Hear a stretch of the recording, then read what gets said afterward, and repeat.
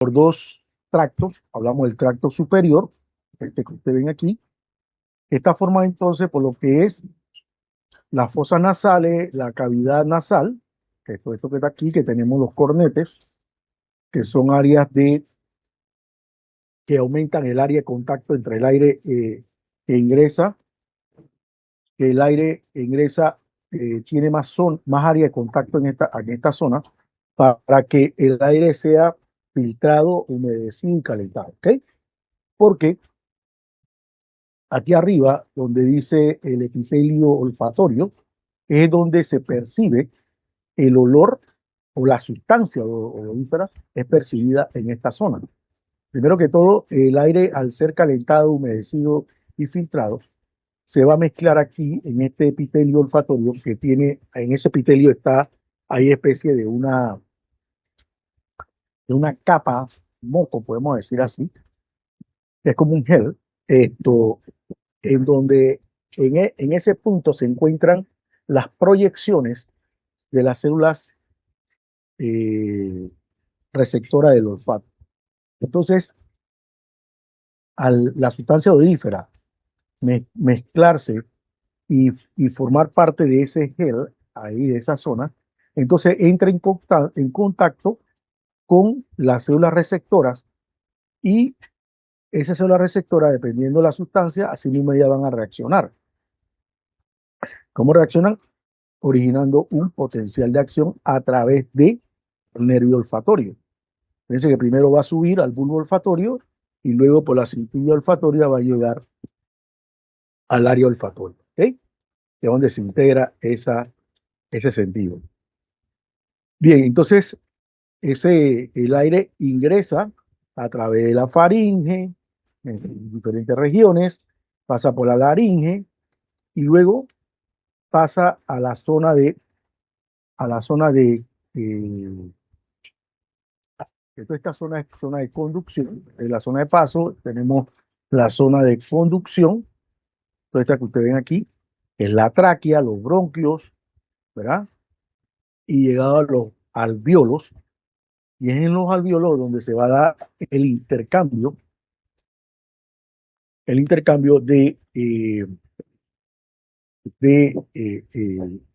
oxígeno con el CO2 y con la sangre, ¿ok? Entonces cabe destacar que en los alvéolos, que son estos saquitos que ustedes ven aquí, estos son ya al final, ¿no? En la misma rama bronquial, al final el bronquiolo terminal va a formar a los saquitos, estos que ustedes ven aquí, que son los alvéolos, que son los que se llenan de aire. Y el aire aquí, adentro de cada uno de estos alvéolos, fuera de ellos, están rodeados por un capilar alveolar, el cual es el que va a permitir que se dé el intercambio entre el alvéolo, la cavidad del alvéolo, y el capilar sanguíneo pulmonar. Entonces ahí se intercambia CO2 con oxígeno, se saca CO2 de la sangre y se lleva oxígeno a la sangre. Por eso ustedes ven aquí los dos colores, azul y rojo. Rojo, la sangre oxigenada, y azul, el que está rico en CO2. ¿Ok? Bien.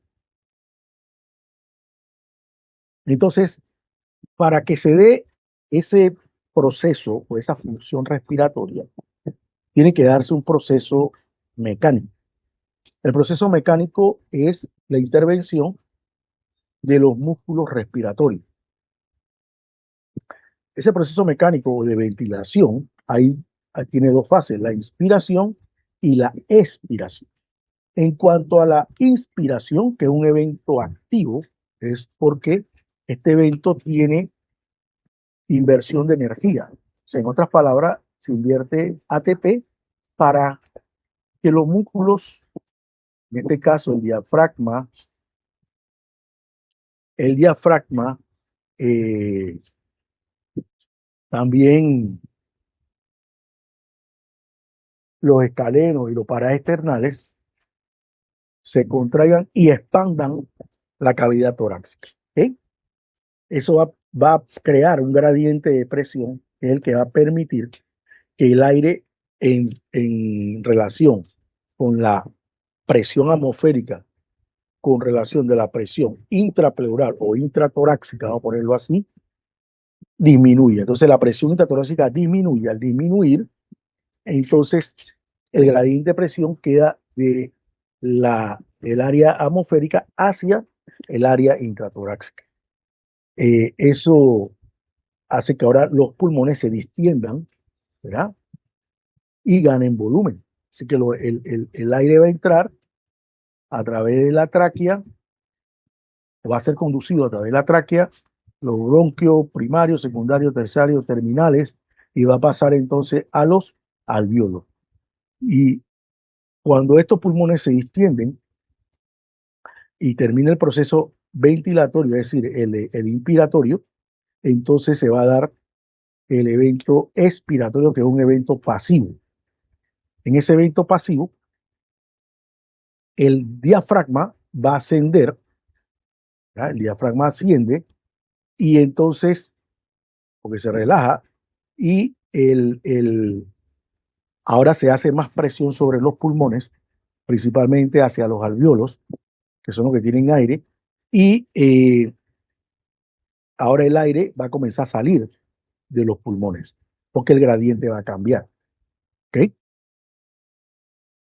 Pero adicional a esto, hay músculos accesorios que participan en este evento, pero cuando son de manera forzada.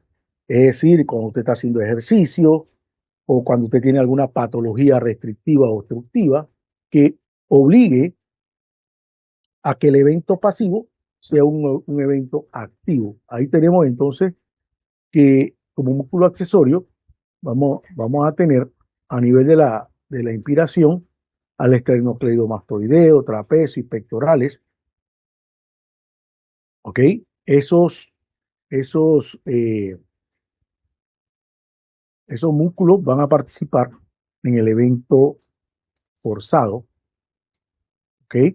Están los fiadores de la pared torácica también en ese evento forzado de la inspiración, que son los intercostales externos. Y en el proceso expiratorio, como ya dije, que sería la relajación de los músculos, que sería el diafragma, el escaleno y los paraesternales, en una respiración basal, ellos se van a relajar, pero si es una expiración forzada, entonces ahí van a participar o se van a reclutar los músculos como los intercostales internos y los abdominales. ¿Ok?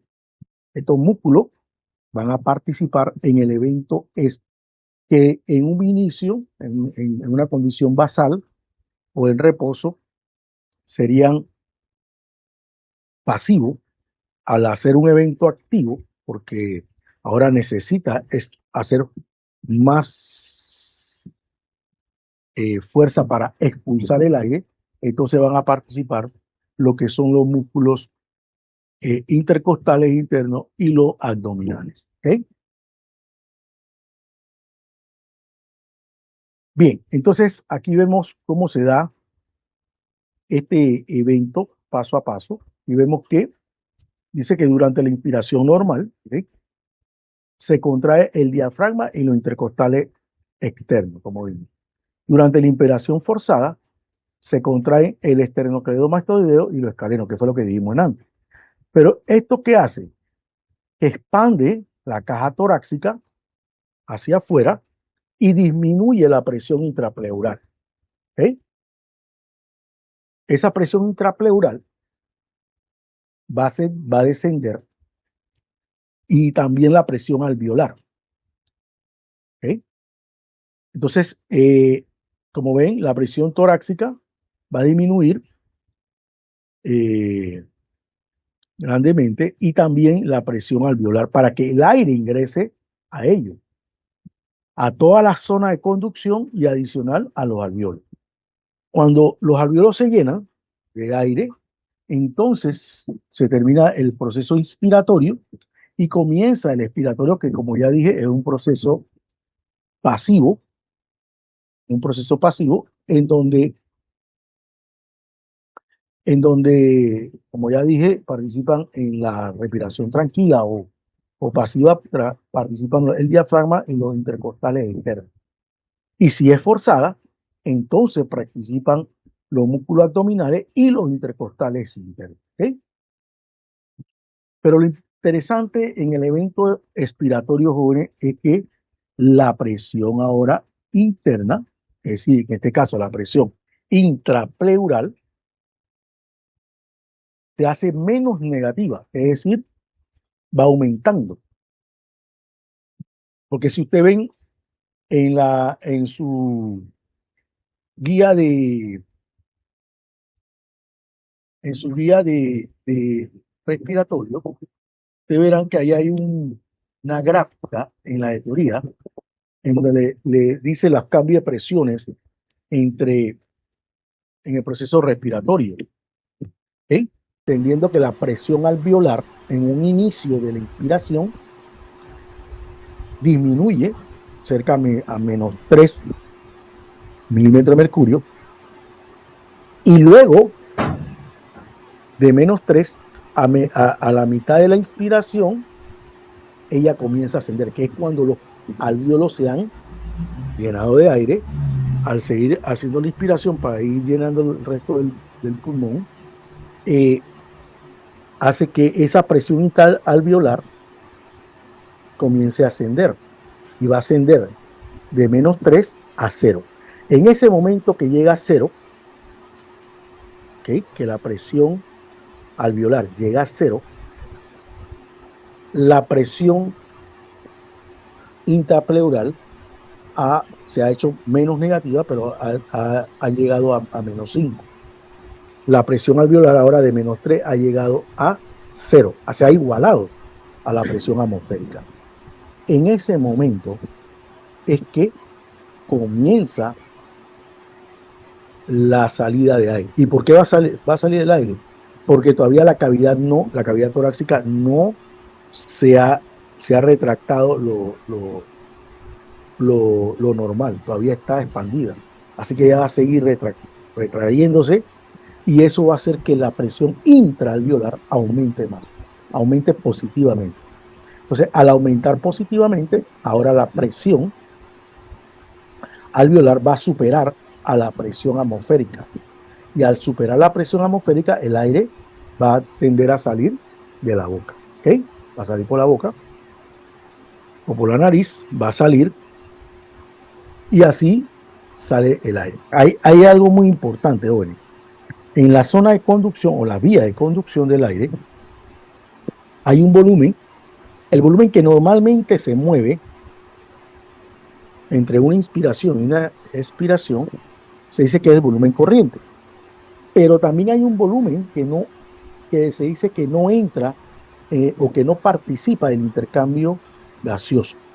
Y a ese volumen que compete todo lo que esté en la vía de los bronquios llegado hasta la nariz, ¿vale?, o hasta la boca, ese espacio de volumen recibe el nombre de espacio muerto. Y esto es un volumen muy, muy importante, porque es necesario conocerlo para cuando usted va a dar asistencia respiratoria al paciente. Es decir, cuando usted lo va a colocar un aparato expiratorio artificial externo a él, ¿vale?, que él tenga problemas en su respiración, usted tiene que canularlo, ponerle una cánula endotraqueal, ¿verdad?, y ponerlo a un respirador. Pero ese volumen que va de espacio muerto más el adicional que se convierte también en espacio muerto, que sería el de la manguera que va al respirador, hay que tomarlo en cuenta como espacio muerto. Y ese volumen hay que adicionarlo, ¿okay?, al valor que queremos darle a la persona, a la fracción de oxígeno, al volumen de oxígeno que queremos darle a la persona. Hay que tomar en cuenta ese volumen de espacio muerto más el volumen que le vamos a dar.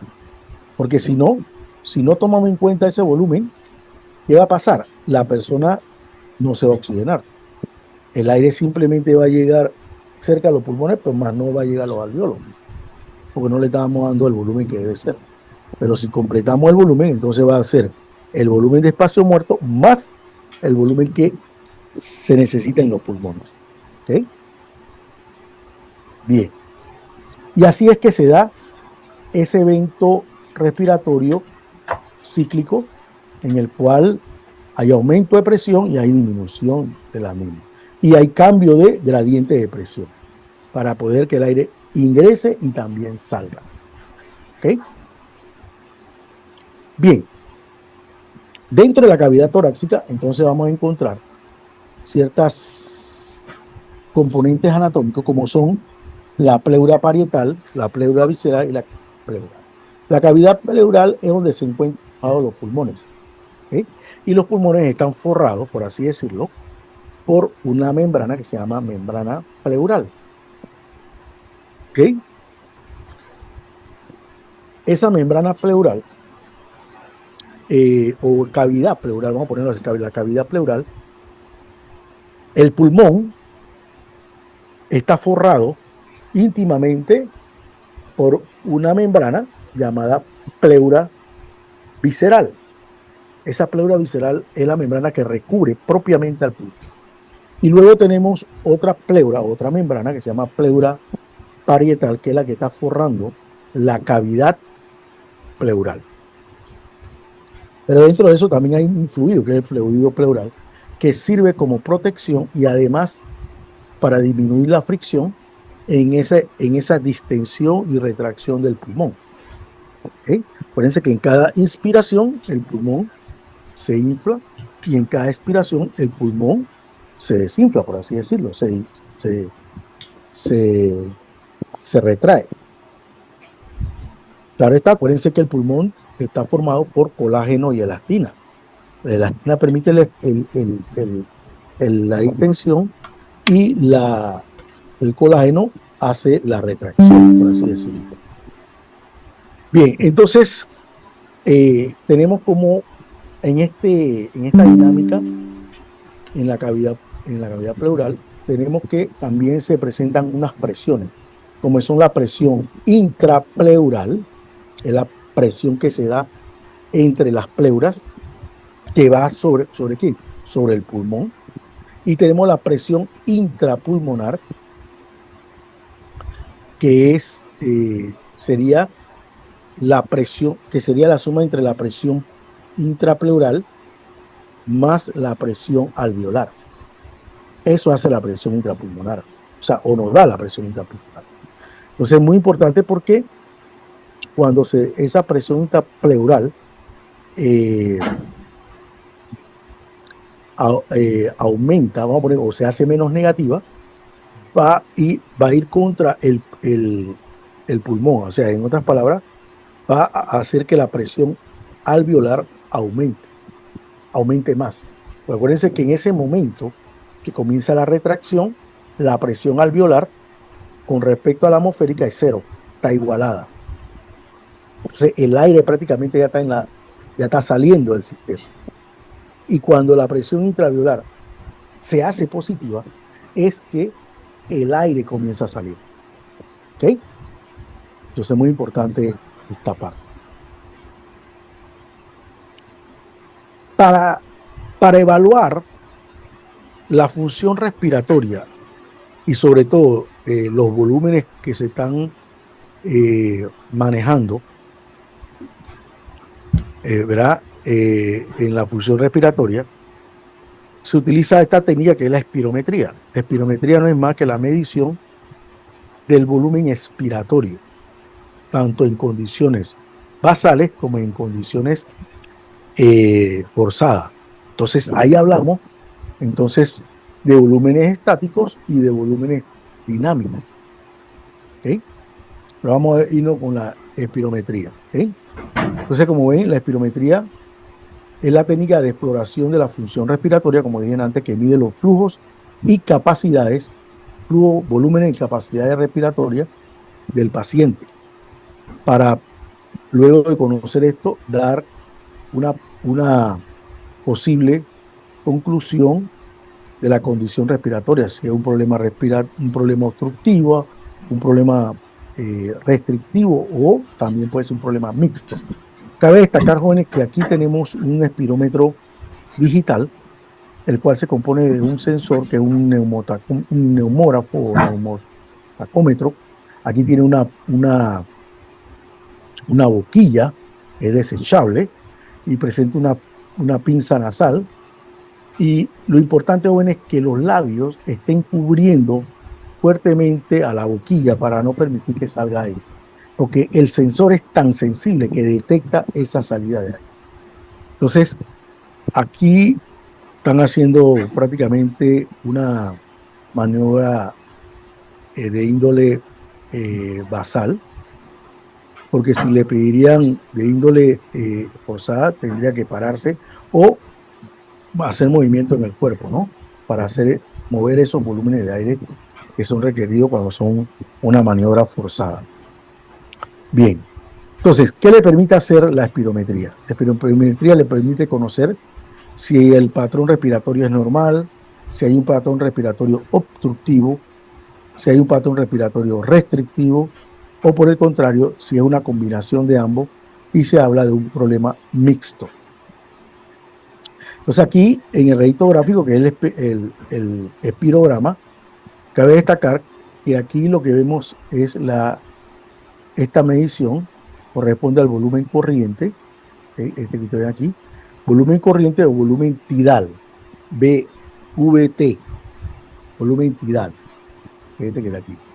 Y luego tenemos el volumen de reserva inspiratoria, volumen de reserva inspiratoria, volumen corriente. Ellos dos van a hacer lo que es la capacidad inspiratoria, y tenemos entonces lo que es el volumen de reserva expiratoria, que es este que ustedes ven acá, volumen de reserva expiratoria, es decir, usted está respirando normalmente, hace una inspiración, una expiración, ¿ya? Está moviendo volumen en reposo, pero ahora le piden que haga una expiración forzada. Usted hace la inspiración, la expiración normal. Cuando usted hace la expiración normal, es decir, en sentido basal, después de ahí usted sigue botando el aire, lo más que usted pueda, hasta donde usted pueda. Ese sería el volumen de reserva expiratoria. Y hay un volumen que nunca se toca, después que nosotros nacemos, ese volumen no se toca, que es el volumen residual. Ese volumen residual forma parte de la capacidad pulmonar total, ¿okay? Que es la suma de la capacidad vital más el volumen residual, sería la capacidad pulmonar total. Y este que tenemos aquí, la capacidad vital, sería la suma de el volumen de reserva expiratoria, volumen corriente y el volumen de reserva inspiratoria. ¿Okay? Muy importante esto porque estos valores podrían variar y indicarnos algún problema, y que va a cambiar sobre todo el patrón respiratorio. ¿Ok? Entonces, esta técnica nosotros podemos hacerla en dos formas. Una espirometría simple, que es midiendo los volúmenes estáticos, como el volumen corriente, ¿verdad? También podemos medir la capacidad vital en esta espirometría simple. En la espirometría forzada, entonces ya allí tendríamos que hacer la respiración forzada y de mayor velocidad, y de mayor frecuencia, vamos a ponerlo así, tratando de mover la mayor cantidad de aire posible. Como ven, aquí vamos a medir entonces volúmenes de tipo dinámicos. Llámese el volumen expiratorio forzado al primer segundo, la capacidad vital forzada. También podemos hablar de la ventilación voluntaria máxima, la capacidad vital lenta. Tenemos entonces el FEP1, que es el volumen expiratorio forzado al primer segundo. Todas esas son variables o son volúmenes dinámicos, o resistencia, perdón, volúmenes dinámicos, estamos hablando de volúmenes dinámicos, como lo que le acabo de escribir. Y eso se haría entonces en una espirometría forzada, que es la que se hace hoy en día en los espirómetros digitales. ¿Okay? Entonces aquí vemos los espirómetros, el más antiguo y el más actualizado. Estos eran los espirómetros de campana o espirómetros de agua, los cuales estaban formados por una tina, vamos a poner aquí esta tina, y esta campana iba introducida dentro de la tina que se llenaba de agua. Esa tina aquí adentro, como ven aquí, va a tener una especie de un sifón, el cual va a estar conectado a la manguera a la cual usted va a hacer la aspiración. Y al usted echar aire dentro de la campana, va a haber un desplazamiento de agua hacia afuera y una elevación de la campana. Eso va a permitir, miren, que el sistema comience a dibujar o a graficar el evento respiratorio. ¿Okay? Eso se hacía con este sistema de espirómetro de campana o de agua, el cual tenía un papel cuadriculado en el cual se inscribía el volumen correspondiente a la maniobra realizada en el aparato. ¿Okay? Entonces aquí vemos varios espirómetros. Ahí vemos el primero, que es el peak flow. Ese peak flow es un aparato que se usa para medir el flujo expiratorio en el primer segundo. Es decir, cuando usted hace una inspiración máxima y bota con toda su fuerza, el flujo en el primer segundo es el que se va a medir. ¿Okay? Y eso nos puede informar entonces cómo se encuentra el sujeto, si tiene un problema obstructivo o por el contrario tiene un problema restrictivo.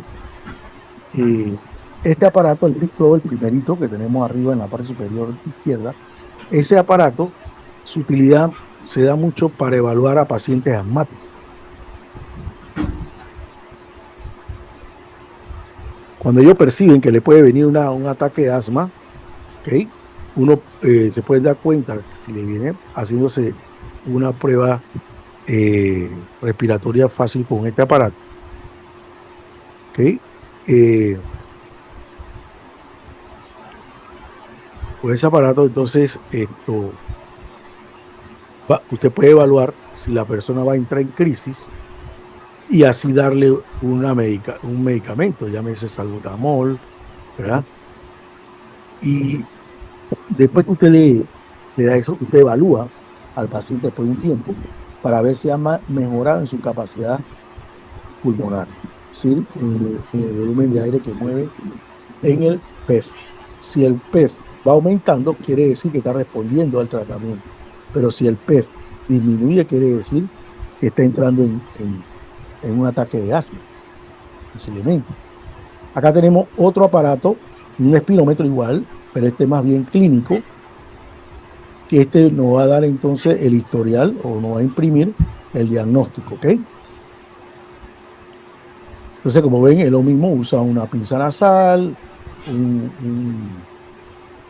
una boquilla desechable que se coloca en el sensor. En el laboratorio no tenemos uno parecido al ICSIO, al que hay mucho en el seguro. El de nosotros es más bien para docencia, el de seguro es clínico, que es parecido a ese que tenemos en la parte superior derecha, que es la misma marca del espirómetro que tenemos nosotros en el laboratorio.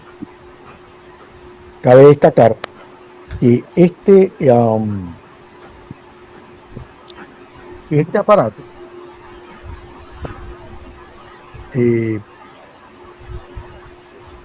es tan sensible que le pide hacer la maniobra muchas veces de nuevo. ¿Okay? Y él le va a dar al final un diagnóstico. Por cada prueba que usted haga, usted va a hacer de la prueba que usted haga, usted va a hacer tres veces la prueba y el aparato va a seleccionar la mejor. Y va a escoger la mejor siempre y cuando usted haya hecho la maniobra respiratoria como se quiere. Que si el aparato detecta alguna ambigüedad en la misma, entonces le va a pedir, le va a decir que esa prueba no está bien y hay que hacerla de nuevo. ¿Okay? En la parte inferior derecha tenemos entonces un espirómetro de campana, en el laboratorio. En el laboratorio nosotros tenemos de esto. Estos son más bien sencillos para medir volúmenes estáticos. Y ahí el sujeto, como ven, está haciendo una inspiración eh, eh, basal. Cabe destacar que cuando usted hace esa prueba, el sujeto no puede estar mirando aquí donde está la escala de volumen. Y él debería estar de espalda y usted haciéndole la prueba. Igual acá, no se debe estilar que el paciente mire la gráfica o los resultados porque él puede entonces fallar en la misma, ¿no? Y por último tenemos este espirómetro que tenemos acá, que es el espirómetro de incentivo. Ese espirómetro se usa mucho para pacientes que han pasado COVID o que tienen problemas de POC, y se debe para que los pacientes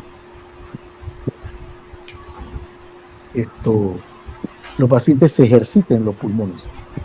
¿Por qué? Porque en este aparato, en el espirómetro de incentivo, usted tiene con la expiración, con el flujo expiratorio, elevar estas 3 bolas y ponerla aquí arriba.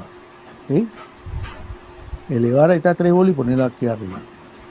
Quizás al principio no lo logre hacer, pero ya después con los días que está practicando, usted va a ver que usted va a poder elevar esas 3 bolas. Pero eso que he notado, posibles problemas de distensión en el pulmón, producto a cicatrices o a fibroma, que se vuelve fibroso el tejido pulmonar, entonces va a dificultar la respiración. Entonces se usan estos aparatos, el incentivo, para mejorar esa capacidad, y más si un paciente, póngale COVID, que estuvo entubado, entonces hay que él tiene que practicar esto para que vaya mejorando su capacidad y trabajo respiratorio. ¿Okay? Aquí tenemos entonces los volúmenes estáticos y los volúmenes dinámicos, como ven. Los estáticos ahí tienen lo que es capacidad vital forzada, el volumen tidal, capacidad residual forzada y la capacidad pulmonar total. Y en los volúmenes dinámicos está el FEP1, que es el que se pone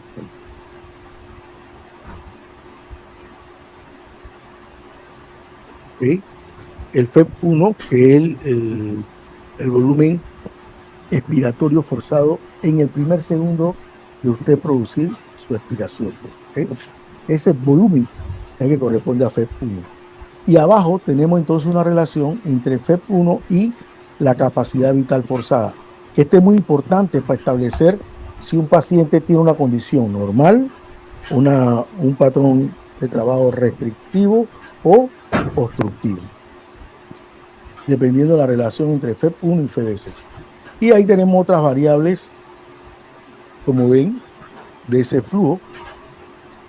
Y por último tenemos el PEF, que es el pico o ápice de flujo expiratorio. Como lo ven, ahí vemos entonces para qué son y la utilidad de cada uno de ellos. Acá vemos entonces las gráficas flujo-volumen y la gráfica volumen-tiempo. Como ven, este sería el peak flow, aquí donde se mide el PEF, el pico expiratorio forzado, aquí sería un 25% de disminución, 50% de disminución, 20%.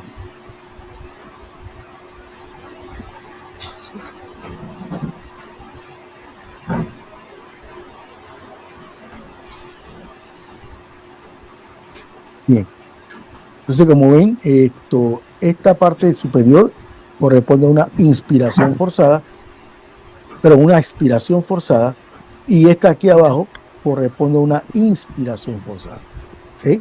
La prueba en qué consiste, en que usted previamente, antes de colocarse la boquilla, usted ha hecho una inspiración forzada, se coloca la pipeta, la boquilla dentro de la boca de forma correcta, y luego hace una expira. Cuando le piden, el que tiene la máquina le pide que arranque con la maniobra, entonces usted hace una expiración forzada, ¿verdad?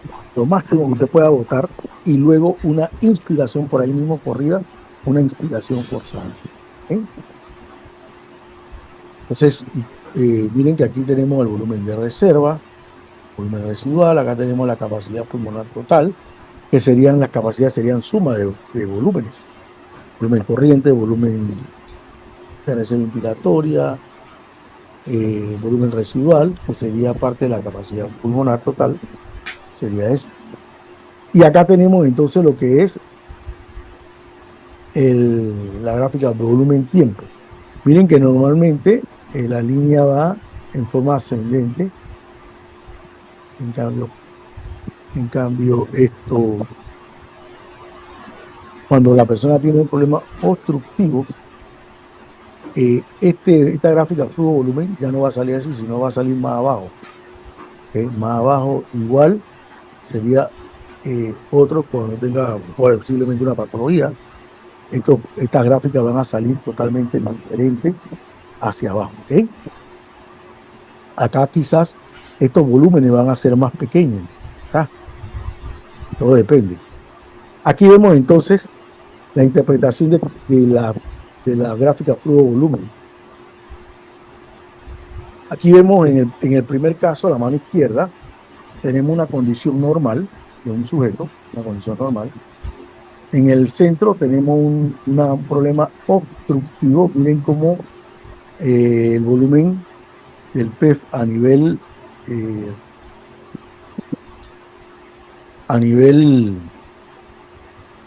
del sujeto es menor. O sea, si comparamos el PEF normal con el PEF patológico, lógicamente va a estar disminuido. Y eso hace que ahora el volumen exhalado sea menor, al igual que en la inspiración. Pues acuérdense que un problema de los asmáticos es que no pueden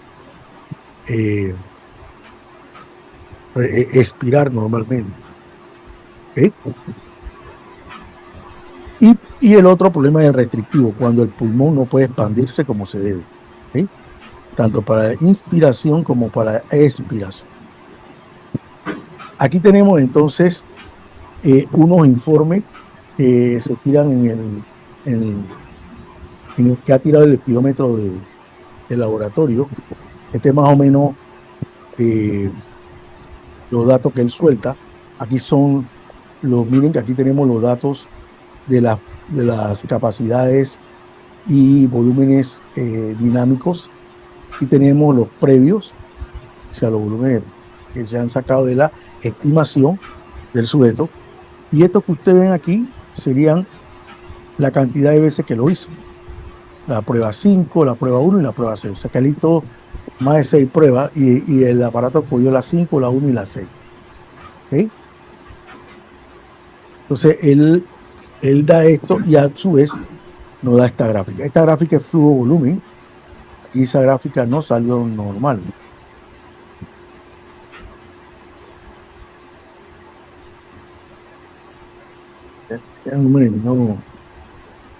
No salió normal. Miren que está más disminuida aquí. ¿Ya? Claro que fueron dos maniobras diferentes. Dos maniobras de la misma, pero que no coincidieron. Así que se coge el mejor de la maniobra. En el otro caso vemos lo mismo, pero ahora ahí adicional vemos que hay una gráfica volumen-tiempo. Volumen-tiempo, esta que ustedes ven aquí. Entonces, importante bueno, es que aquí salió bastante bien esta. Se dice que está dentro de lo normal. Miren que el predicho dice que es 99%. Que está dentro del aspecto normal. Normal.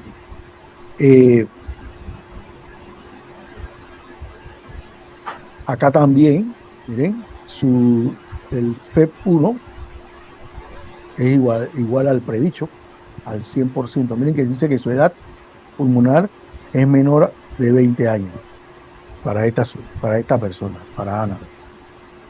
¿Ok? Bien.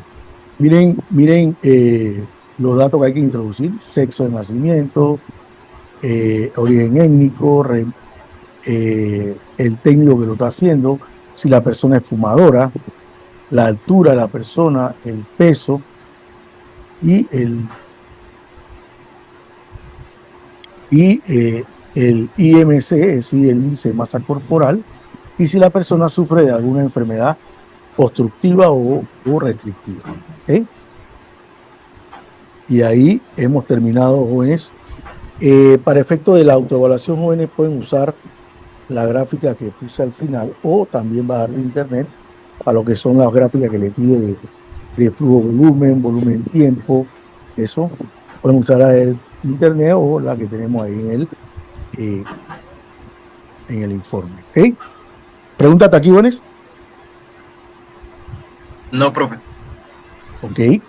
Entonces, este es el laboratorio para hoy, jóvenes. La próxima semana vamos a tener quiz de este tema y el de biomecánica, jóvenes.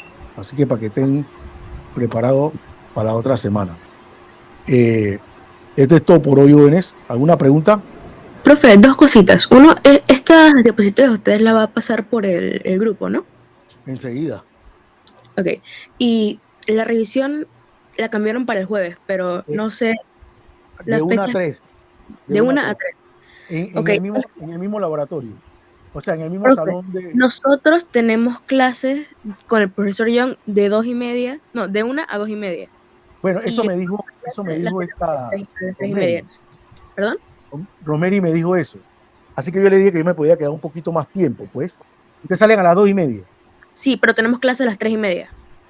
Ah, ok. Yo lo esperaría, yo me quedaría ahí hasta esa hora para que Sí, suban. Sí, listo, tranquila. gracias, profe.